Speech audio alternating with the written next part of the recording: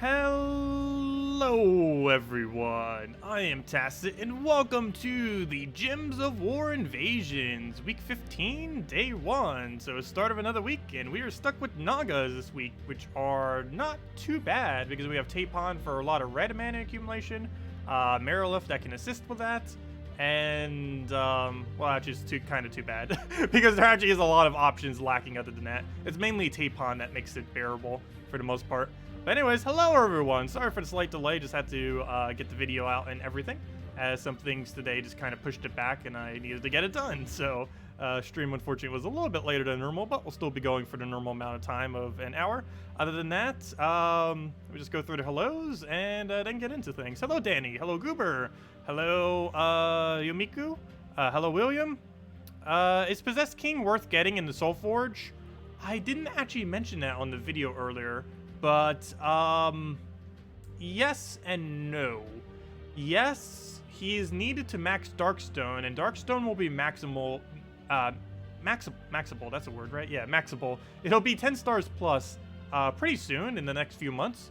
So, is he worth crafting? Possibly. If I'm not mistaken, there's enough mythics in the game that he will most likely be craftable before Darkstone gets 10 stars, but I'm not 100% certain on that. But I don't know, if you feel like you have enough troops, I would say yes, go for Possessed King, because Darkstone will require it soon. Hello, Daniel. Same reason why you'd probably want to max out this one I did go over in the video. Make sure you maybe max out Skullfang if you're in late game, because you're going to want to for the faction that's coming pretty soon. Not next one, but the following one. For Mist the Scales, I believe in mid-March.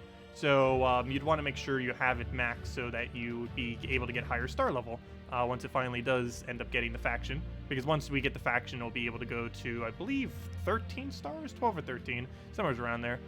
You're running the new weapon with Titan, Visara, Poison Master, and it works pretty well. Oh yeah, we had something like that, somewhat like that. Not exactly with Poison Master though. I ended up going with this, Marilith, Visara, and Tapon. Unfortunately, there's not a good red-purple Naga. Once there is one, in the future, it's going to be pretty decent, but unfortunately, not currently.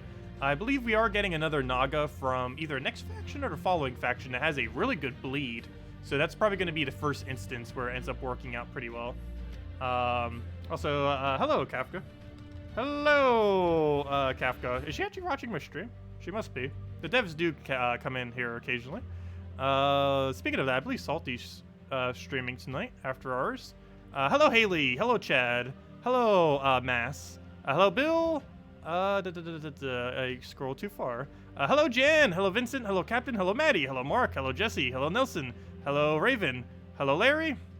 Hello, Analyst. You opened the page earlier and saw chat activity, but there was no video. Oh yeah, that was just because we weren't up yet, but we are now. I was just finishing the video from earlier.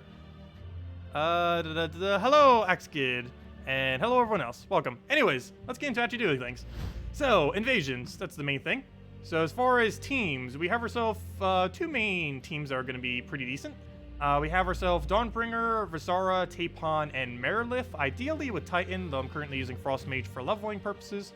And alternatively, we can go put Titan here with Mountain Crusher, we can go Titan here with Mang, and we can also go Visara with then Earth's Fury, if you happen to have that weapon, in which case you put Earth's Fury, of course, over top there. One pretty nice thing about Visara and first slot for these earlier ones as well, if you do want to roll it specifically in this order, is there's a lot of Death Mark that pops up in this area. So, at least until you get to 4 towers. But until you get to 4 towers, there are quite a few things here that do have Death Mark. And she does have Immune, so anything that does Death Mark on skulls won't actually be able to do anything to her, since her first trait gives her immunity to it, which is pretty nice. But you can also do the same thing just by using Titan at level 100, which will basically do exactly that. It'll have immune to Death Mark. But basically what we're doing here with this particular team, since I do have Dawnbringer, I am running the Dawnbringer version. And essentially we just go get Dawnbringer, cast it, do a bunch of AoE damage, just saying one-shots everything, and that's pretty much that. And that's basically the whole premise of what we're doing with this particular team. But yeah, you can go Mountain Crusher, you can go Earth's Fury, you can go Mang. If you do go Mang, you probably want to use in the first slot. Same as Mountain Crusher. Mountain Crusher is a little bit disabled because you do have Tapon getting rid of all your Browns, though you also get some synergy with that because you're going to be creating Brown Storm, and those Browns will still be able to become frequent enough that you can gain barrier off of it if you're using Titan or something, but you'll also be able to use it with Tapon's convert from brown to red in order to use those Browns for more red mana. Even though you don't particularly use brown at all on this entire team, you can still utilize it for Tapon's convert in order to get even more red. Just depends how you want to play it. But Marilith is here. The whole reason for Marilith is simply for +1 red. There is essentially no reason for her other than that +1 red. Well, I guess technically she's a backup mana generator. She does destroy almost half the board. But she's essentially just here for her +1 red, and that is about it as far as her.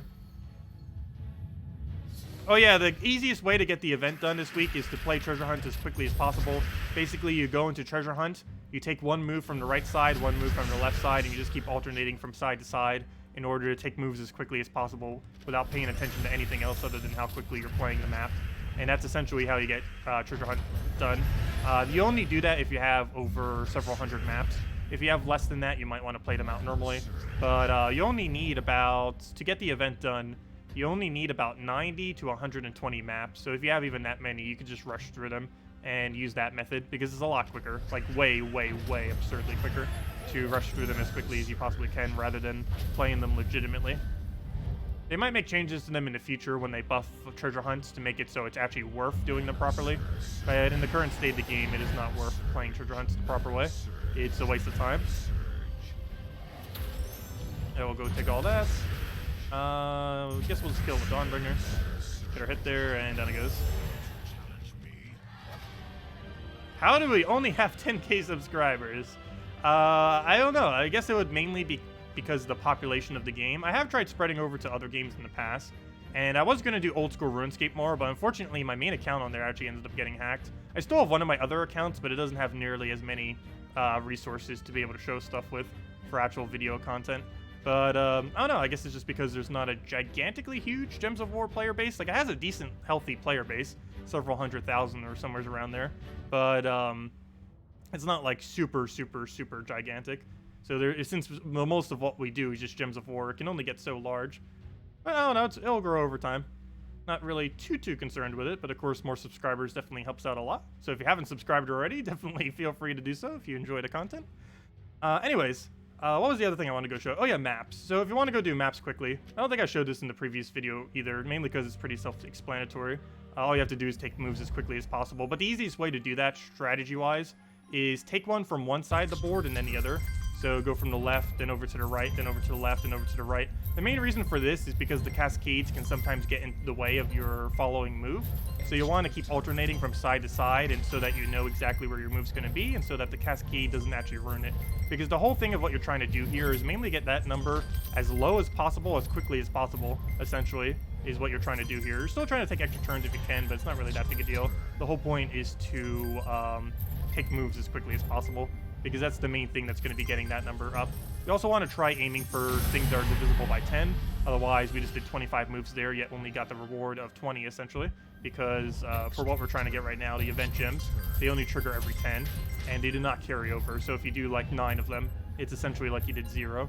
So you do want to make sure you get as close to that as possible, but that's not always something that you can plan for unless you just take more extra turns here and there, which is a little bit luck-based on if there will or will not be extra turns. So it can also happen that you just don't see them quick enough.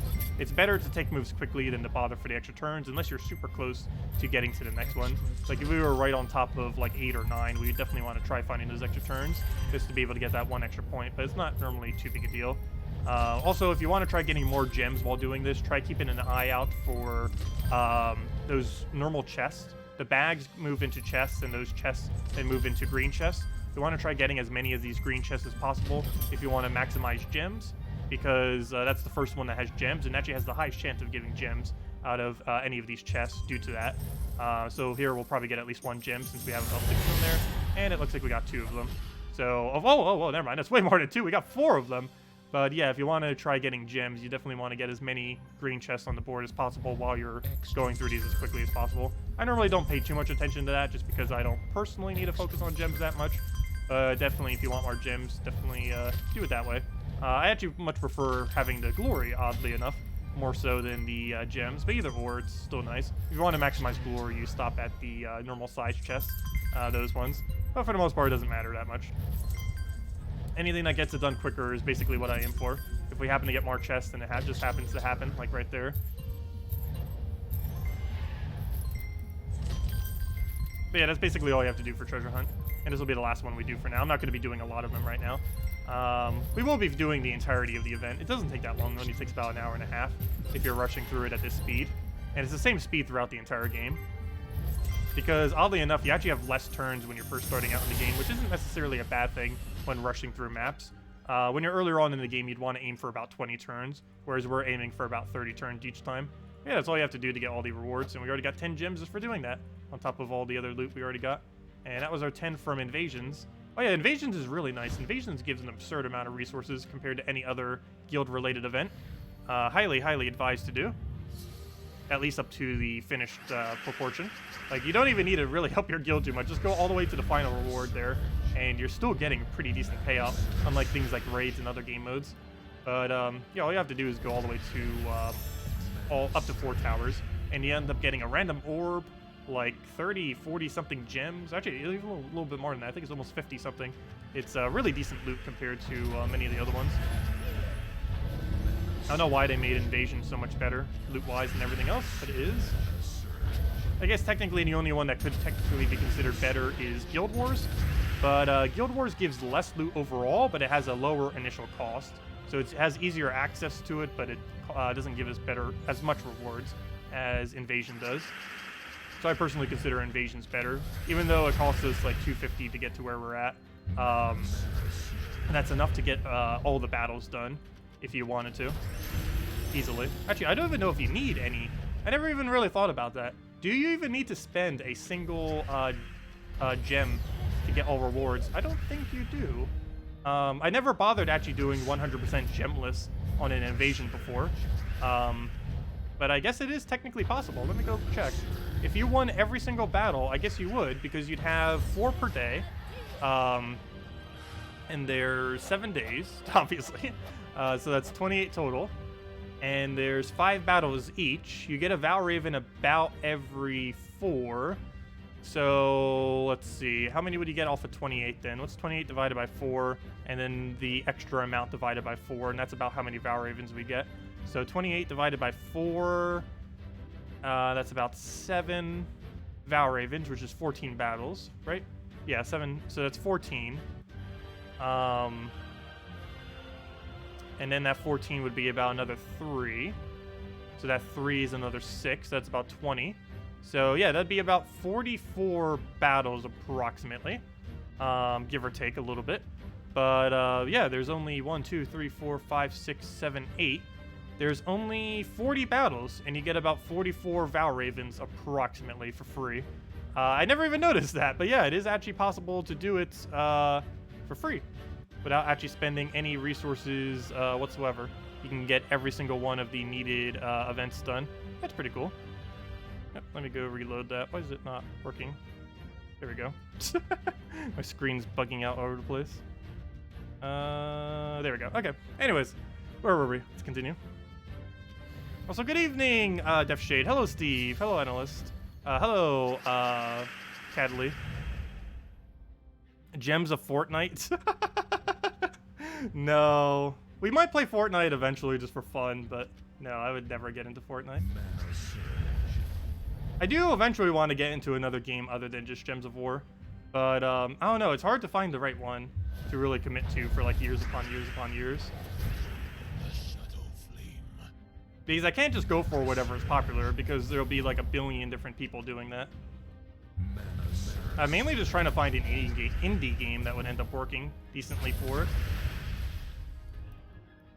There just hasn't been any that really piqued my interest lately. Good evening, Brian. Welcome. And who knows, maybe Gems of War will make another game that gets really popular soon. They're almost 100% working on Puzzle Quest 3. And there's a good chance it'll be pretty successful, given how successful Gems of War is. Let's see. I've never actually played any of the Puzzle Quest games when they launched. because most of the Puzzle Quest games came out ages ago. Like, the very first one was over a decade ago, and the one after that was like a few years after that. 36 vault keys from this weekend. Wow, that's very lucky. I think we ended up finishing at about 10. Because I did get some off stream. But that's about it. Let's shoot for 40 next time. If you can do 40, that'd be insane. I might try shooting for 20 for one of them. But again, it really just comes down to luck sometimes. We've played less and gotten more, and we've played more and gotten less. It can just troll you like crazy sometimes. And we have gotten 0 for over 15 hours of gameplay before as well from a gnome event. I questioned if it was even a gnome event, but it was. Let's see. That was a while ago, though. They might have even tweaked its drop rate since then.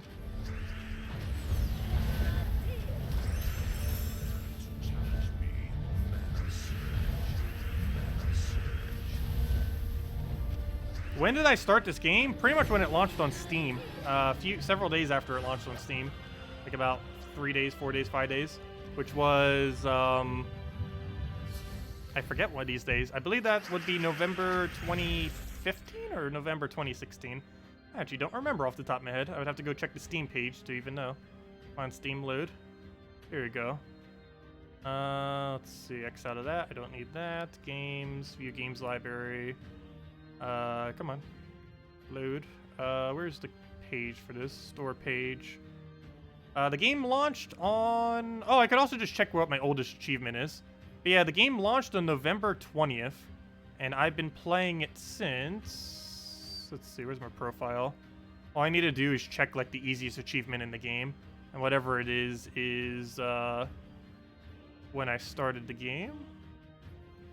Okay, reach level 10. November 27th, it looks like. No, November 26th. Because that's when you finish the tutorial, which is literally the first thing you do. But yes, November 26th is when I started this game, and it launched on November 20th. At least for Steam. It was technically out about a month or so earlier, because it was released initially just in Australia for like a very, very short period of time. And then it was released on all of a single mobile version, one of them, I forget which one. And then it came to Steam.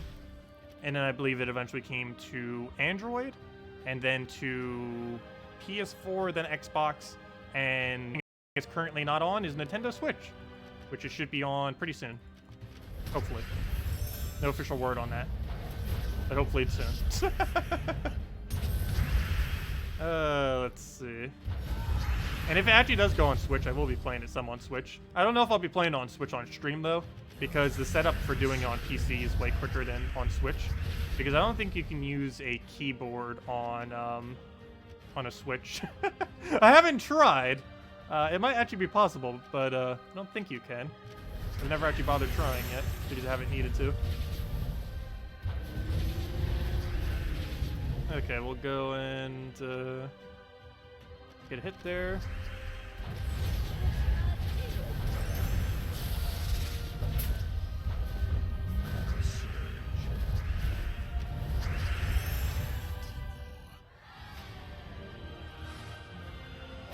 If you farmed for 36 keys the entire weekend, you need to get some exercise, I know for sure. I actually ended up gaining some weight recently, I think about like 5 to 7 pounds. Mainly because it happens almost every year. But around the seasons, I end up eating just slightly too much, too many sugary things and other stuff, and then I end up gaining weight. And then the weight stays on because it's so cold during the winter, and one of my main means of exercise is walking, but then it's so cold outside that I can't really walk. I don't mind walking in the cold, it's just when it's like absurdly cold, it's like, nope. Or if it's like ridiculously gloomy days. Like, I don't mind even gloomy days that are rainy, but if it's just a gloomy day, just for the sake of being a gloomy day, it's annoying. But, I don't know, it just isn't as much time, or not as much time, but not as much incentive, really, due to environmental factors.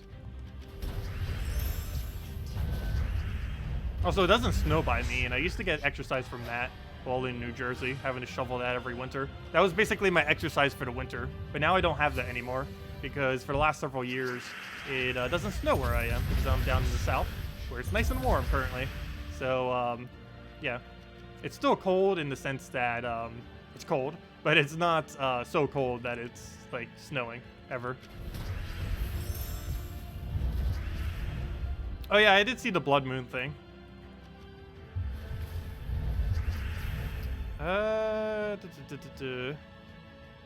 When searching for gnomes, is it best to back out when none pop up? Or, no, it's best just to keep doing the battles over and over again, because they actually tweaked it when they ended up changing, when it ended up fixing the glitch with gnomes. I believe they also fixed it so that you can't spam repick anymore. So, other than just spam repicking whenever there was the same gnome, they also, I believe, changed it so that you can't progress the random chance of finding a gnome just by constantly evading it. It's always going to give you the exact same no gnome battle if you keep retreating from it. You have to actually do the battle in order to get it to try to trigger another battle that will then give you a gnome. Otherwise, it's going to keep giving you no gnome. So yes, you actually have to play the battles, which is why Explore and Challenges are the best place to do it, since you can simply just keep spamming it over and over and over and over again, and then you'll end up getting a gnome. And that's basically how you do it. Just go either Explore or Challenges, win in like 15 seconds, 20 seconds, or 30 seconds if an early game, and just keep repeating that forever until you get as many gnomes as you want, and however much time you have. But yeah, the gnome event is over, so unfortunately we don't have that really high rate of gnomes right now. That doesn't mean gnomes aren't visible, but their drop rate is way, way less frequent than during a gnome event. You can still technically farm them outside of the event, but it's you'll be seeing way less and almost no vault keys from them. It's still a chance for vault keys, but just everything about them is a lot less.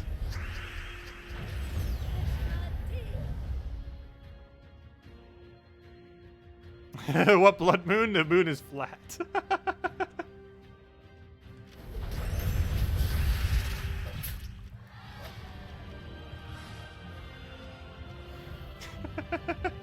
That's pretty funny.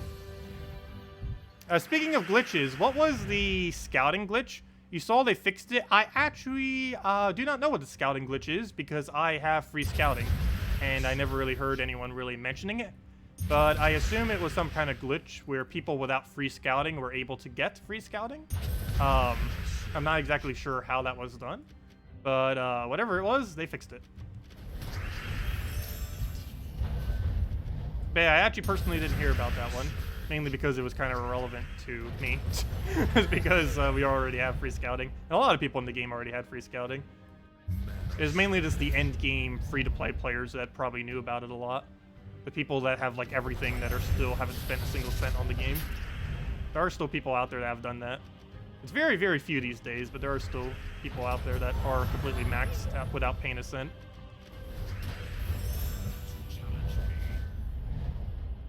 What do we go for here? We'll go for that convert. And let's kill it out. You visit your aunt in New Jersey. They live in Tom's River. Oh, that's actually where I live, or used to live, I should say. I'm actually going to be heading there next month, most likely, to visit my dad, grandma, and probably a few other family members, if I have the time. Maybe even some past friends, who knows? Though I'm not sure how many of them actually even still live in New Jersey. Yeah, it's kind of funny. That's exactly where I'll be going in about a month. Let's see. Take a red, grab the greens. Get a hit onto, I guess this one for now. Because they're the exact same color, it's a lot easier just to do it that way. Speaking about a lot easier, we're about to reach 4 towers, so we'll just one-shot all of them.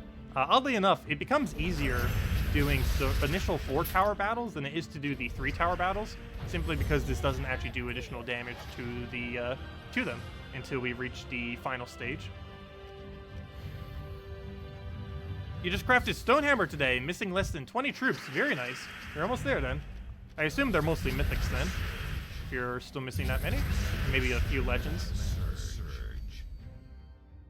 Yeah, it can be a little bit hard doing the mythic grinds, because the only way to really get them done is with event keys, pure luck off of glory, gem, or VIP keys, or eventually crafting them in Soulforge. But the only problem with the Soulforge method is mythics come into the game at a quicker rate than that which you can craft new ones. But luckily, you can just get all the newer mythics by opening glory and gem keys during the weekly events when new ones come in. Speaking of that, new mythic on February 1st, if I'm not mistaken, right? Let me double check. I actually forget off the top of my head. I know we're getting a new faction on February 1st. I'm pretty sure we were also getting mythic. Oh, wait, never mind. No, we aren't. Wait, does this not show when next mythic comes? I have the wrong sheet up right now. 1 second. That's not the one I'm looking for. I'm looking for next mythic. I could have sworn that they were both on February 1st. Troops. Because I believe it was new faction and new mythic on the 1st. Well, apparently I was wrong. Oh, no, I was right. Yeah, we're getting that a useless one. It's useless, but it's still a mythic. But yeah, February 1st, we're getting a new faction. That's going to be bringing in a bunch of the bleed mechanic, finally. So we're going to be actually having things that do bleed properly. Some pretty good ones, too. And we're also getting a mythic, a useless mythic on that day. It's not, like, totally useless. It's kind of like Ketris, but it's based on... It needs to have higher attack than the enemy, and it does a triple stun. I still feel like Ketris will be better than it, but that's basically the role he plays, is like a stun version of Ketris, kind of. I still consider him weaker than it, though.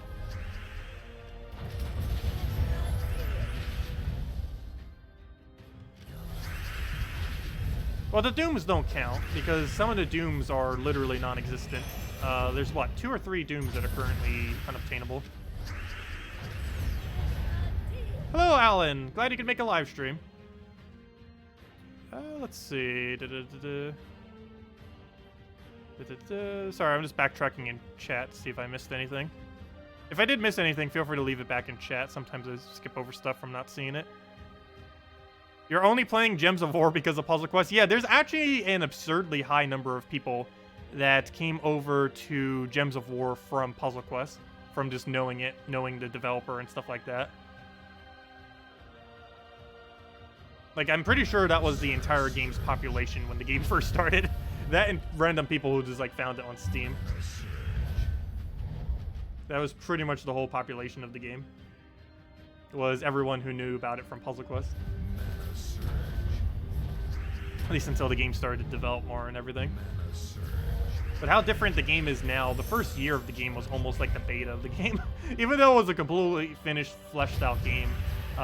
Compared to how different it is today, it's like night and day how different the two of them are. It's astounding.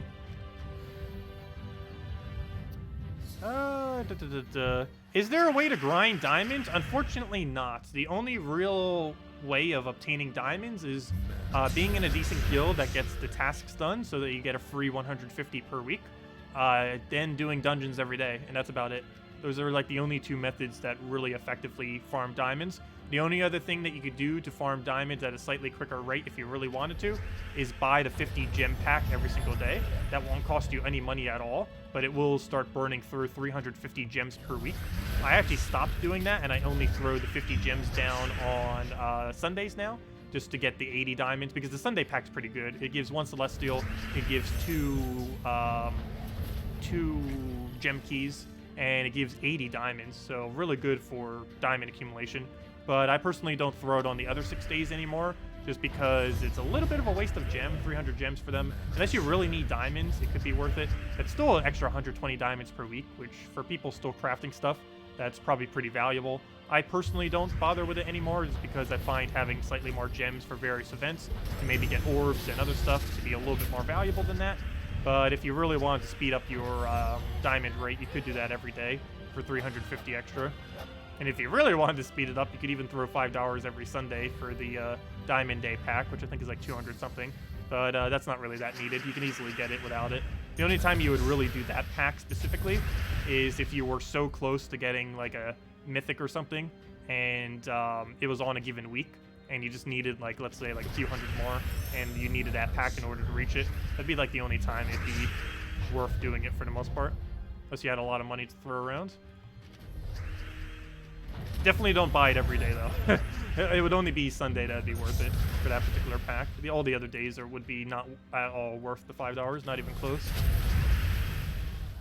Hello, Gary. Welcome.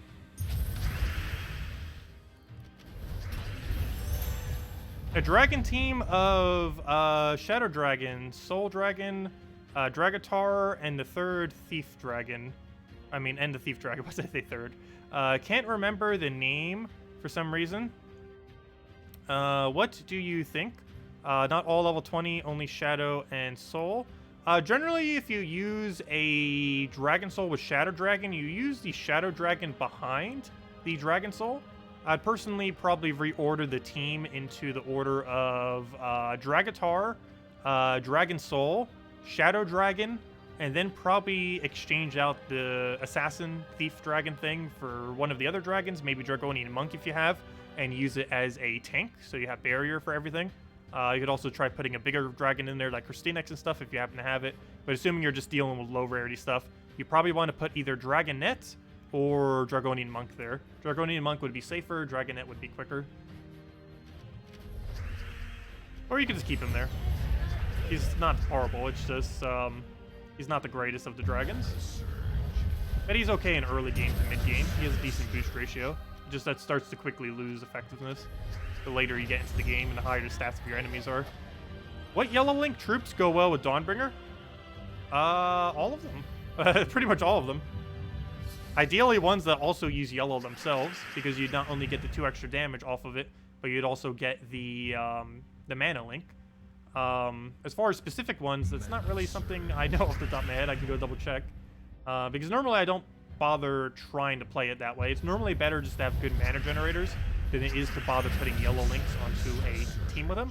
You do generally put links on it whenever you're running it in various events, but you would just need it specifically for those events, and it changes over time. Like this week, this Thursday, you'll be running 3 Marilith with it, because Marilith is just really good for feeding in mana.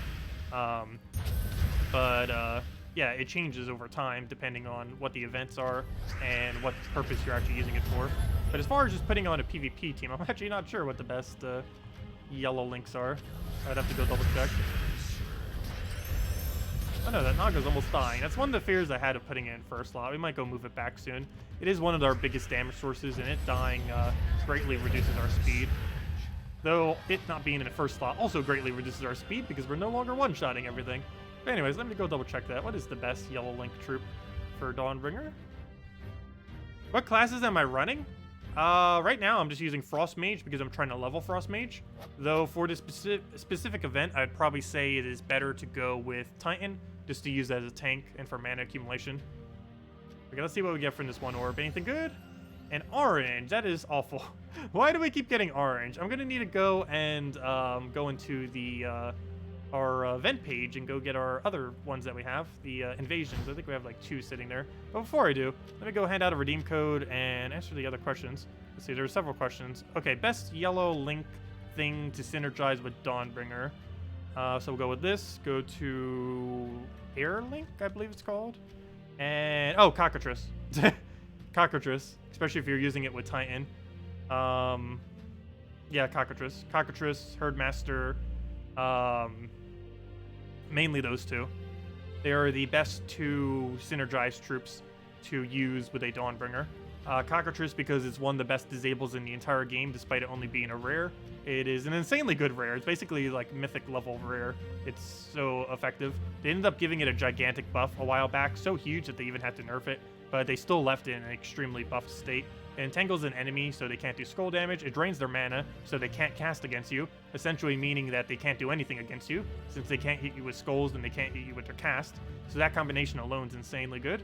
And then it creates a bunch of brown, 6 of them, and it's boost ratioed based on the mana drained. So not only does he drain all the mana, but he also gets 6 brown spam into an additional 1 every 4. So if he ends up draining 12 mana, that's 9 browns. And while that's not an excessively huge amount, that's generally enough to at least get barrier onto Titan.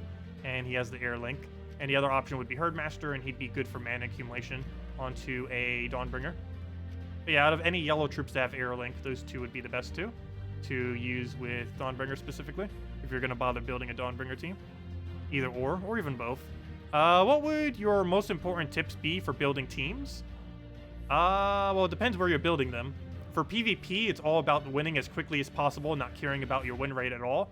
For Guild Wars, it's basically the exact opposite of that, where all you care about is how well you do in each battle and make sure you don't lose a single battle, regardless of how long it takes you. Ideally, you still want to win quick, but you want to make sure you don't die, you take as minimal damage as possible, you gain as much mana as possible, and stuff like that, and make sure that you can actually build within pure color.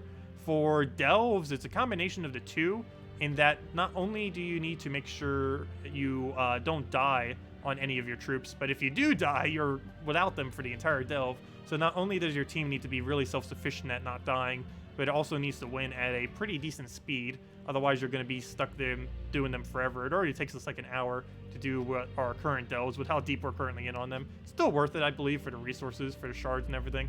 But it can start taking a lot of time to do them if you're doing like really deep ones or really safe methods for them to win. For Explore, it's all about speed and nothing else. So much so that speed PvP teams don't even work. You have to use like speed teams that just take out really low stat related stuff. Same as Explore, same as challenges and same as quests, or at least what quests currently are. They will be expanding quests in the future, but at the current moment in time, they are kind of dead content until you do them once, and then you never need to do them again. Let's see. But yeah, as far as my biggest point of advice, make sure you always have basically an order of frontline tank, damage source, mana accumulator, and damage source is pretty much how you can build any team for any game mode for the most part, and just use that general structure and it'll work. But there's a lot of general tips for building teams. You can do a whole video on it probably at some point. But if you have any other specific questions, let me know. Aside from this event, is there a potential use for Dawnbringer in a guild defense or offense? Yes, I use it defensively I use it for both. Offensively, I tend to use it whenever I need a cover or color, or if we need barrier. I think the biggest time I tend to use it is Red Guild War Day, because Red Guild War tends to have a lot of one-shot, heavy damage troops, so barrier tends to work pretty good. And Red naturally doesn't have that many barriers at all, so Dawnbringer is about one of the only few ways that you can actually get barrier on a Red Guild War Day. As far as defensively, I personally use it on any day with a 4x Giant team, with Yarrow Fire Mantle, Fire Giant, Dawnbringer, and Hyndla, which is pretty important because Hyndla into Dawnbringer is insanely good because of how much, when you're using Titan Hero class, because of how much extra magic you end up accumulating onto your Dawnbringer. Oh, look at that. Perfect timing. And there's our tribute. How does magic actually work? It boost ratios whatever the purple value is in an ability. So as you can see here, this one is purple, so it ends up making this number go higher. Sometimes there's a base value that these have. In this, I can't talk. In this specific example, you can see that he actually has a +1 base value. It has 22 and then +1, and that makes for a total of 23. Some troops are a little bit different than that, though. Some do it based on half. If we go into, I forget what the weapon's called. If we go into something like Burning Scythe, as you can see here, it has a little bit of a weird value. What this actually is a base value of 2 with its magic divided by 2. None of these values are actually visible in the game, but all you really need to know is that the higher your magic, the larger the purple numbers will be in the ability. Do keep in mind, though, there are weapons that do not have any purple whatsoever, which essentially means they don't actually use magic for anything for the most part. There are some that don't show any at all that still use magic. Let's say, for example, a Queen Mab. She doesn't have any purple value, but she actually does have something that boosts based on magic, because it specifically even states it. Mana Burn, all enemies boosted by magic. Mana Burn just essentially does damage based on your magic, plus whatever their mana is. Same as Skady and all that. But there are also troops that just don't have it at all. For example, Apothecary. There's some troops that just don't have a magic value and just don't gain any value from that magic. And then there are also others that just gain more value from it, like Megavore, I believe, has a base value and then 2 times its magic. So right here you can see he has a base value of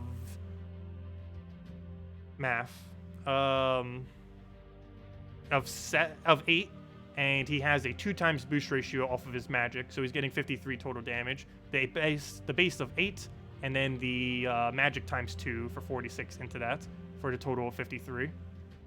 Oh wait, never mind, it's 7, not 8.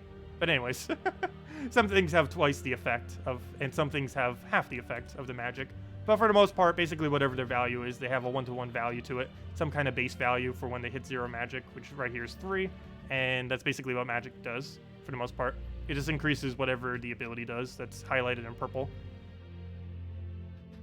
At what point do you start gaining more resources than spending them? Generally, that would be once you've gotten into a guild that can complete all guild tasks, and once you've gotten rid of most of the initial expenses in this game. The biggest initial expenses in this game are leveling every troop, trading every troop, getting every single kingdom to level 10, getting every single faction to level 100, and I believe that's about it as far as like the major initial costs. And if you're playing free-to-play, getting Dragon Armor and Celestial Armor. Otherwise, you could just buy Death Knight Armor and not need to buy those unless you want them for cosmetic purposes. But, I don't know, those are like most of the main initial expenses. Everything beyond there is just having infinite resources, essentially. Well, maybe not literally infinite, but, you know, you eventually reach a point where you do get more resources than the cost. But, yeah, it's mainly just getting that initial grind done. And mainly just getting into a good guild is the hardest part, really.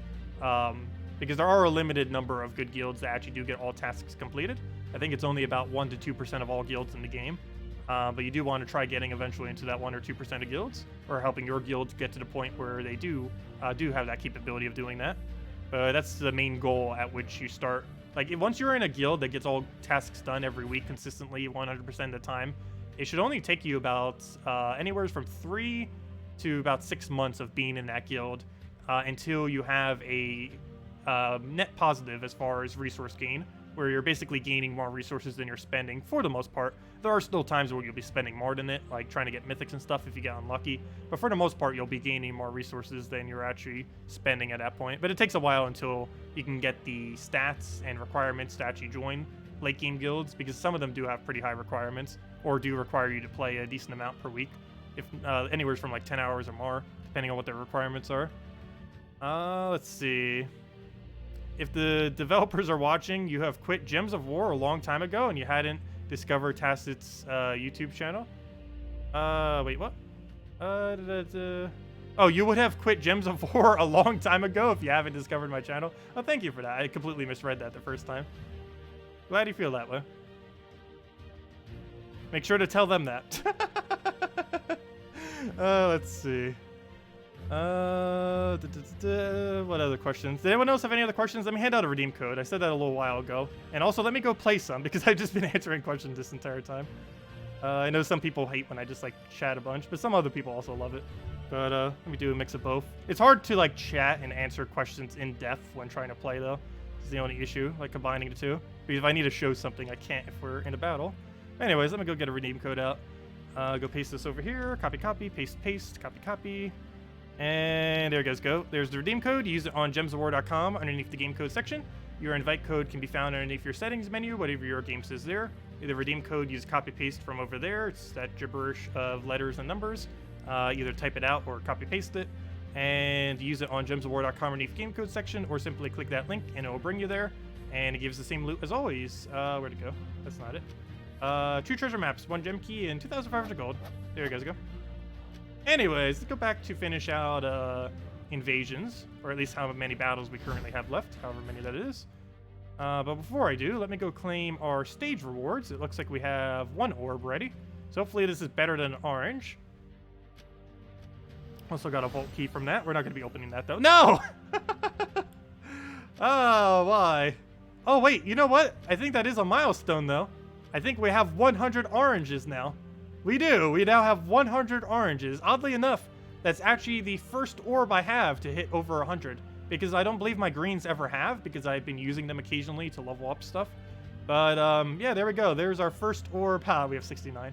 But that's our first orb we have to actually hit triple digits. There we go. Let's screenshot it. Nice, shiny 100 orbs of uselessness.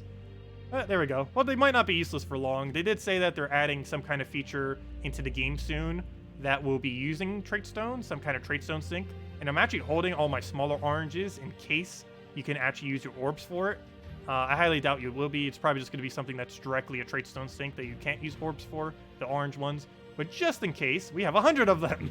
So, yeah, I don't think I've used a single one. And if I have, I've only used, yeah, I have actually used a few, but a very, very small amount of them. I think total we've gotten like 110 or 120 small oranges. There we go. Anyways, let's go back into evasions already.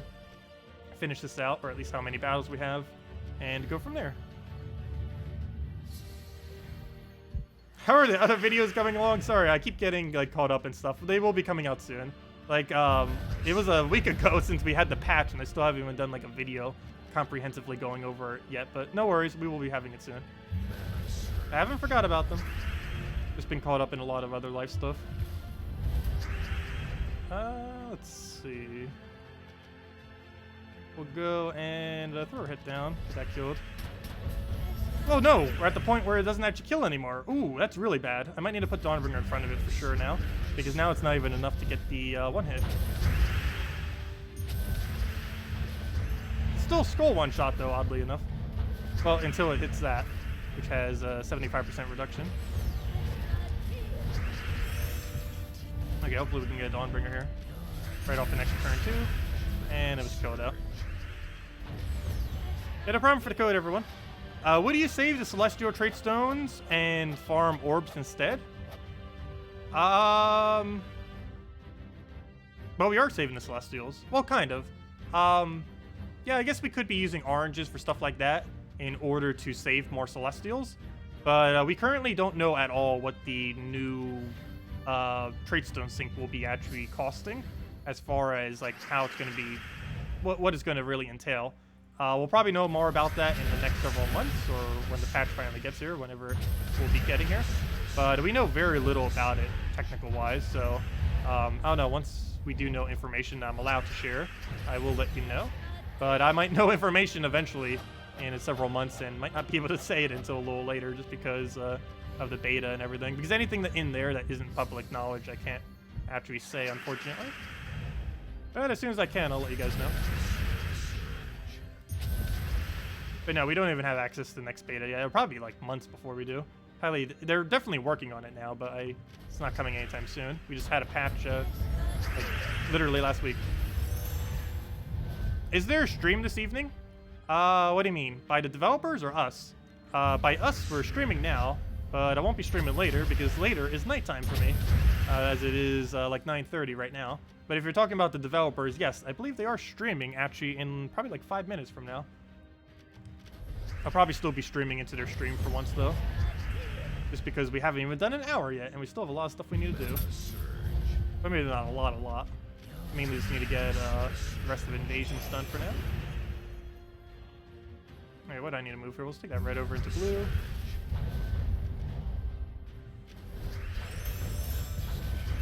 And there we go. Do you know why the game slows so much when it's your opponent's turn and you already try to cast a spell? Drives you crazy when grinding? What do you mean by that? Why the game slows so much when it's your opponent's turn and you already try to cast a spell? Oh, do you mean on the page where you're on the cast menu for your troop and you're waiting for them to do their turn? The main reason for that is because for whatever reason, the game goes to default speed of 1x whenever you're under the cast menu. So you mean, oh wait, oops, it's still my turn. So you're talking about this, right? So right here, if we stay on this page, it slows down time a lot, as you can see. It's the problem that this is doing is it doesn't actually go based on your current game speed. Whenever you're on, oh no!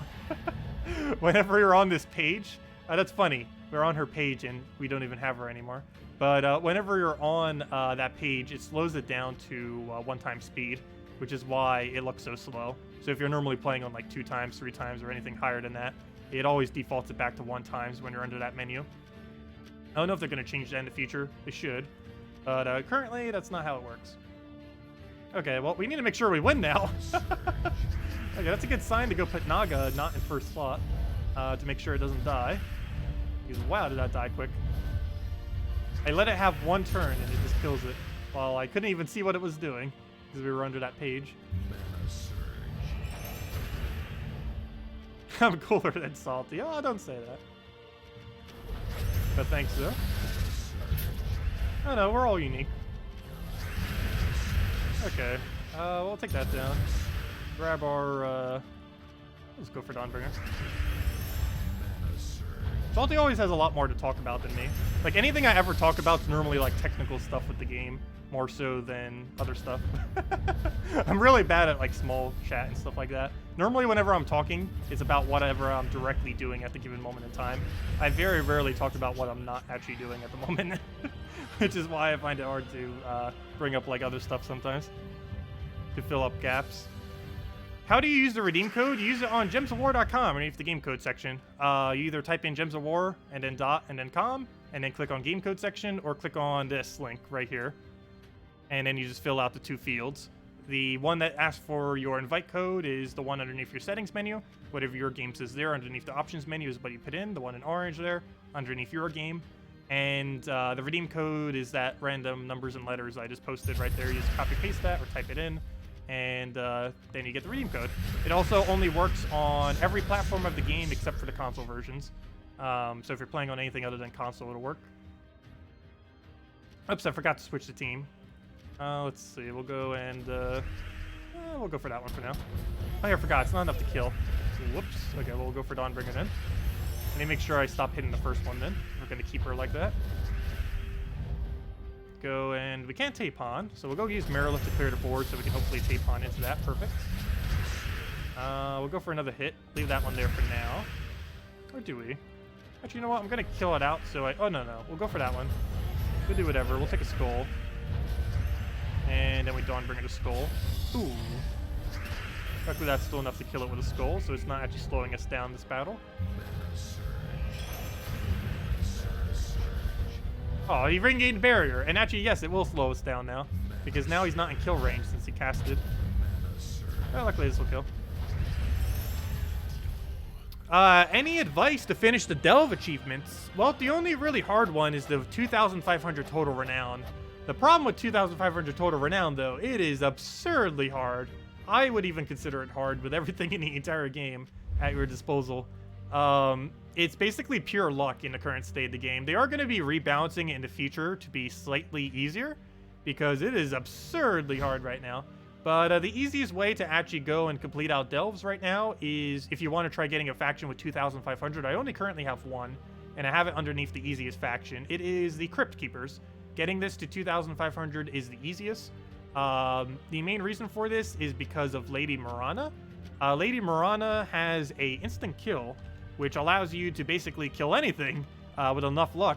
She has a 10% chance to instant kill, boosted by 2% per purple. And basically you run 3 Lady Miranas with a Graveseer and hope you get super lucky. You don't necessarily need the Graveseer to actually put purples on the board. You mainly actually need Graveseer to counter the enemy's Graveseer so that it doesn't get a bunch of mana for itself, is the main thing. The hardest part about it is the final battle, because the final battle has a troop that can one-shot you with true damage. The way around that, though, is upgrade your crypts to be high enough so that you can outlive the final hit. How high you need to get this depends heavily on how much HP you currently have, but it's anywhere from about 180 to 200, the low 200s, is how far you would need to level the Horde in this faction in order to have enough to end up doing the final battle without being one-shot. Oddly enough, I actually did it on a Delve where he was able to one-shot us. I did not have enough HP yet at the time to outlive his hits, so it is definitely possible. Many people have done it before with level 100 as well. It's still ridiculously luck-based, though. You could try it like 100 times and not get it, or you could try it like 5 times and just randomly get it. But yeah, 3 Lady Miranas and a Graveseer, and that's like the only way to really get the final battle done on pure faction. As far as getting to 500, that's normally easy enough if you just use instant kill options, either using Devour or anything with instant kill like Megavore, or really anything that has it, Assassin into Skull Spam, whatever you want to use. But yeah, it really just comes down to outliving them. Entangles tend to be pretty good. Mana Drain tends to be pretty good. Anything with instant kill is basically the whole way you win.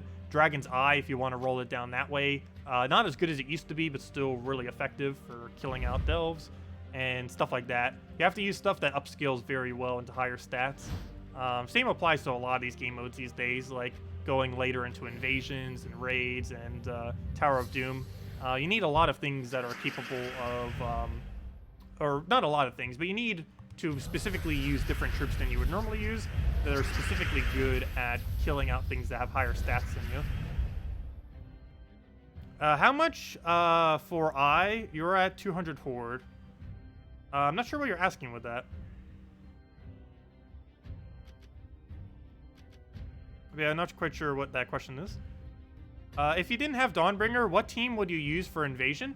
You would use Mountain Crusher first slot with Titan, followed by Visara, followed by Tapon, followed by Marilith, and that would be your team. So you would switch these two, make this a Titan, and make it a Mountain Crusher. You could also do the same thing with Mang. You can also do the same thing with Earth's Fury.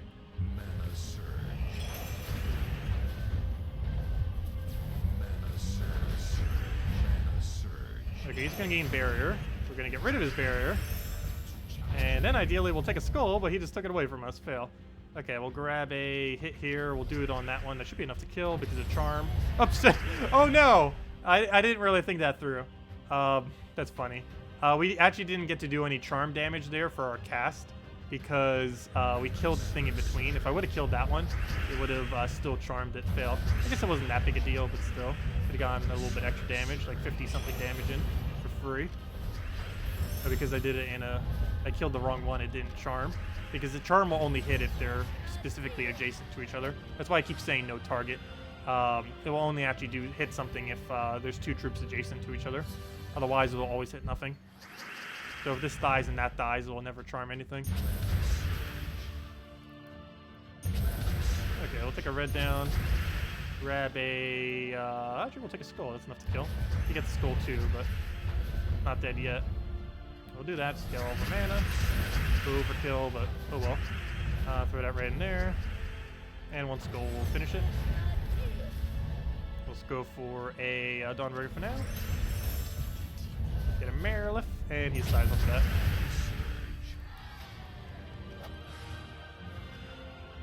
You're currently at level 200 Horde and you're trying to get deeper. Specifically, what one are you doing it for? Eye? All-Seeing Eye? All-Seeing Eye, you can probably get away with... what's the better thing for it these days? I think I used Megavore team, but I don't know if you have Megavore. It's something along the lines of... what's that troop called? Dragon's Eye, Apothecary, Megavore, and one other utility troop, or one other damage source. And that would basically be your team if you want to go all the way to 500 with it. One other thing that you could technically do is Gluttony Spam if you don't have anything at all. Gluttony is only an ultra rare and it can devour pretty consistently. And you could just use a few of those with other supporting troops. And that could be your entire team if you really wanted to.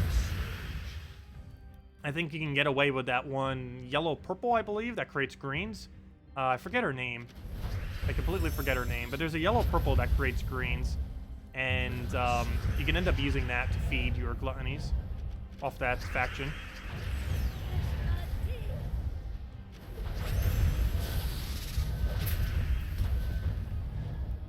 Oh, is Syrup streaming? Oh, is Salty on some kind of trip still? I assume so, if she's not streaming. Well, we still have one more battle to do. Yeah, I'll send the link for her as soon as we finish up. Let's need to finish everything up first, especially since we started a little bit later. But if anyone still has any other questions or anything I missed, let me know. No, it wasn't Graveseer. Oh, I forget her name. It was, I'll go show you after this. I believe it's that one that summons Spirit Fox as well, which is nice because you also get a summon. But, yeah, I'll go mention it in a second. I'll go, yeah, one moment. Need to finish this battle. There's no way to check it while in it. And we'll take our skull. Oh, free skull too, perfect. We'll take that, take that. Oh, that would be perfect if we got another one off the sky. But, let's see. That's our final invasion. Let's see, is it? There we go. Okay, so that's that. Invasion's done for today. Let me go now, backtrack, and go find a troop I was talking about. It wasn't Graveseer. Graveseer does do that, but it's not the one I was referring to. It is, that doesn't help. It is Spirit Dancer. There you go. Transforms a selected mana color to green, summons a Spirit Fox. Using Gluttony, Spirit Dancer, and like one other troop for utility purposes. Can solo a good majority of the delves. Depending on what your stats are, it could be a little bit difficult, but it does have instant kill. It does have a summon for backup, and it does have basically everything you would really need for it for the most part. Because you could put like hero with Mountain Crusher there. You could put hero with Dragon's Eye. There's a lot of utilities that you could put there. You can even put it up front if you really want to. Main reason why you might not want to necessarily is because you'd want to specifically use the Gluttony's higher attack off their Devours, possibly. But I don't know. It depends how you want to play it. I don't know how far you can really get with that, though. I know with the Megavore team, you could definitely get it all the way to 500. I don't know how far you can really get just using Gluttonies, though. Because Gluttonies do eventually reach a point where they're too inconsistently unlucky to bother actually winning with. So do be careful with that. But yeah, that was the troop I was referring to. Oops, that's not what I want to use for that. Let's go kill this out real quick. But yeah, if anyone else had any other questions or anything else I missed, please let me know. And I'll make sure to get around to it before we end up the stream. Also, if you haven't used the code yet, there's the code again. Pretty sure it's used up by now, but just in case. Did you go through an evasion team earlier in the stream?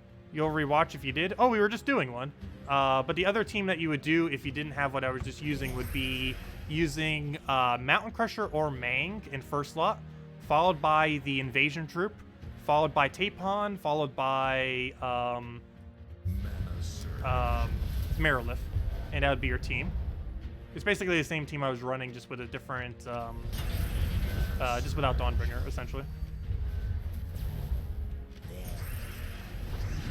I also went over some other options and stuff in the video that I just posted, the normal event video.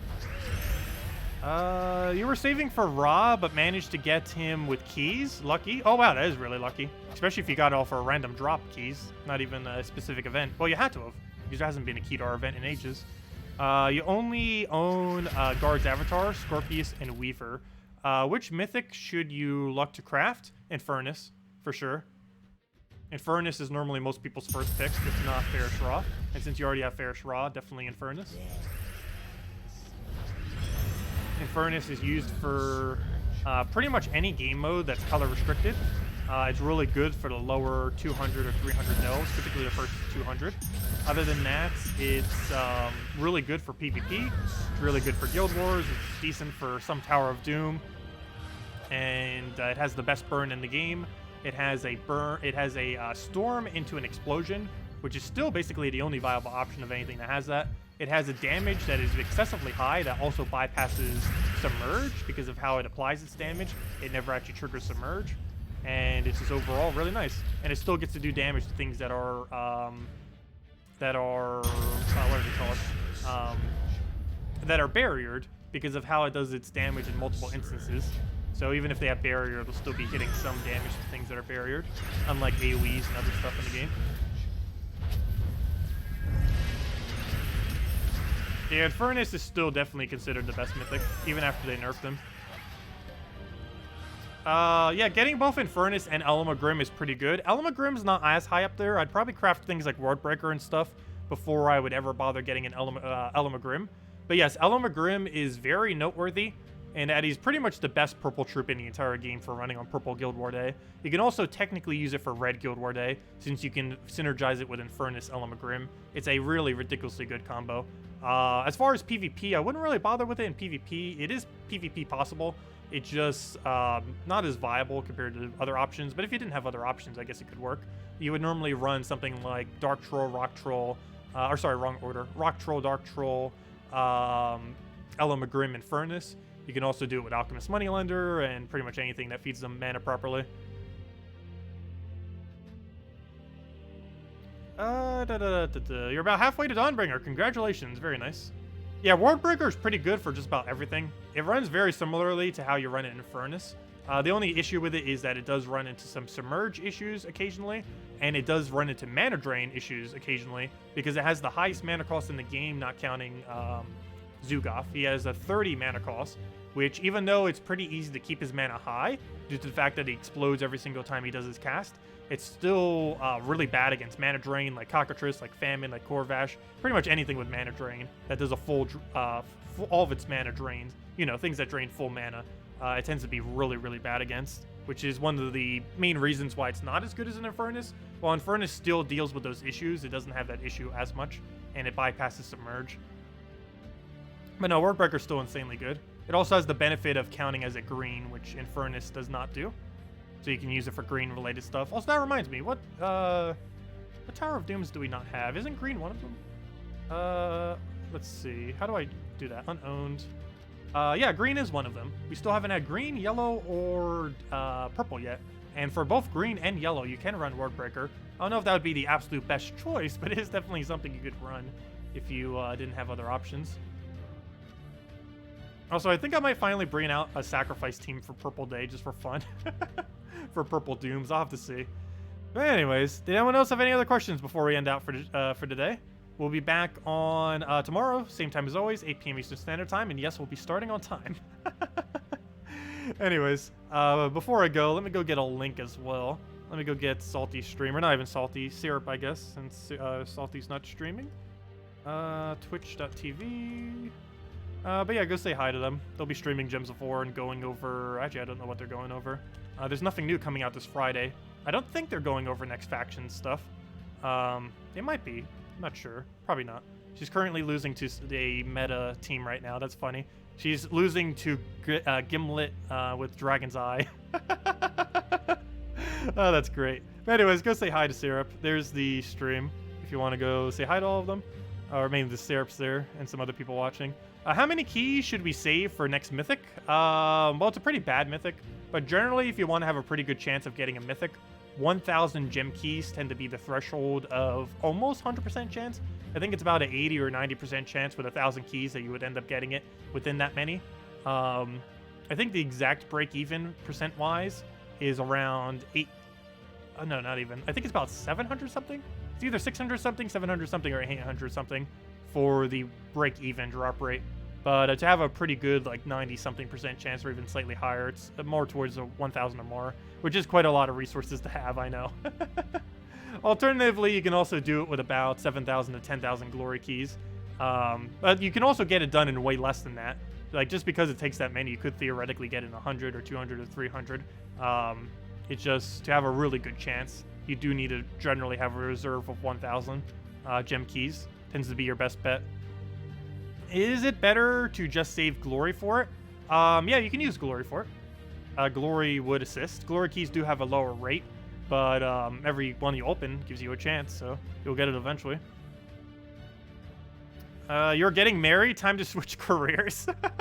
What's your current career that you need to switch? Let's see. See, I don't think I missed anything else. Anyways, guys, I'm going to be heading out for now. Hope you all have a wonderful rest of your week. As I mentioned, we'll be back tomorrow, same time as always, 8 p.m. Eastern Standard Time. It's about an hour and a half prior to now tomorrow. And yeah, hope all your guys' weeks go well. Leave a like if you enjoyed the stream. Hope you all have a good night, and I will catch you all later. Thanks for stopping by. Goodbye, everyone.